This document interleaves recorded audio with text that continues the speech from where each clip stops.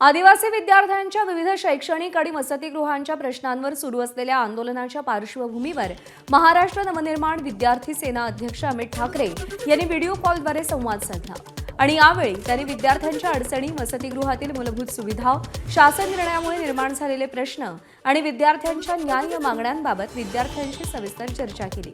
अमित ठाकरेंनी विद्यार्थ्यांच्या प्रश्नांची गांभीर्याने दखल घेत संवाद साधला आणि आंदोलनाबाबत विद्यार्थ्यांची भूमिका समजून घेतली।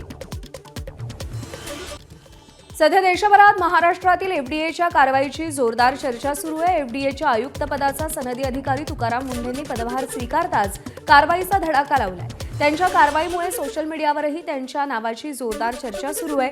सोशल मीडियावरील इंस्टाग्राम असो वा एक्स त्यांच्या फॉलोअर्सच्या संख्येत मोठी वाढ झाली आहे। त्यांना मिळणारा प्रतिसाद पाहता राजकीय नेत्यांच्या तुलनेत त्यांचा प्रभाव अधिक ठळकपणे समोर येतोय। मुख्यमंत्री देवेंद्र फडणवीस आणि उपमुख्यमंत्री एकनाथ शिंदे यांच्याशी तुलना केली तर इंस्टाग्राम फॉलोअर्समध्ये तुकाराम मुंढेंचे फॉलोअर्स अधिक आहेत।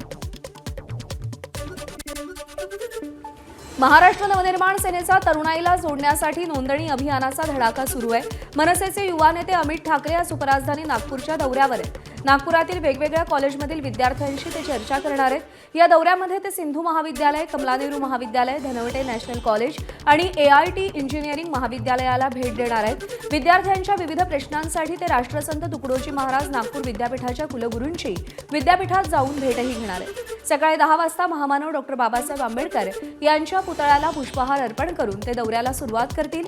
या दौऱ्यामध्ये ते पूर्व विदर्भातील पक्ष पदाधिकाऱ्यांची बैठकही घेणार आहेत।